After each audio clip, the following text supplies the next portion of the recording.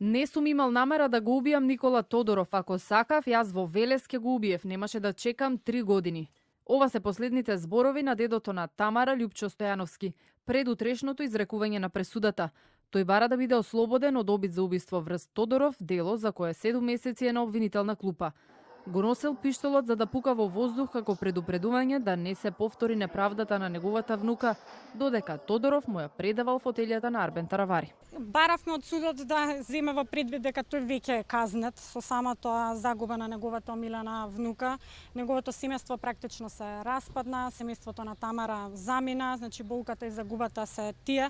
Бараме најблаго што може да го казни или да донесе ослободителна пресуда. Искрено очекував дека ќе го преквалификуваат кривичното дело. Обвинителството не се откажува и бара затвор за 61-годишниот Стојановски. Смета дека се докажала оти на 6 јуни лани со пиштол во него и со умисла се качил во воз од Велес за Скопје. Прво се упатил кон домот на Тодоров, а откако не го нашол, го начекал пред министерството и кон него испукал еден куршум, кој според обвинителството не завршил во неговата глава, оти рефлексно се наведнал.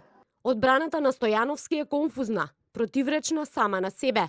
Од една страна тврди дека тој дошол во Скопје за да оди на задушница кај роднини во Миладиновци, а од друга страна дека дошол за да го види примопредавањето во министерството. Кај него постоела упорност и решителност да го изврши кривичното дело. Стојановски тврди дека најмногу го разочарало јавното ветување од Тодоров дека ќе ги покрие трошоците за лекување на Тамара во странство, а потоа не го сторил тоа. Откако починала неговата внука, тој западнал во тешка депресија, која ја потврдува и психијатриското вештачење.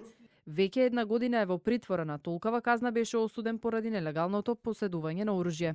9-годишната Тамара, која се бореше со тежок деформитет на рбетот, почина на 9 февруари во 2015 година. Незината смрт стана символ за неправда, за која се бараше оставка од тогаш надлежниот министер Никола Тодоров. За несовесно работење во службата, токму за овој случај сега има судски процес од 12 на обвинети, меѓу кои не е Тодоров.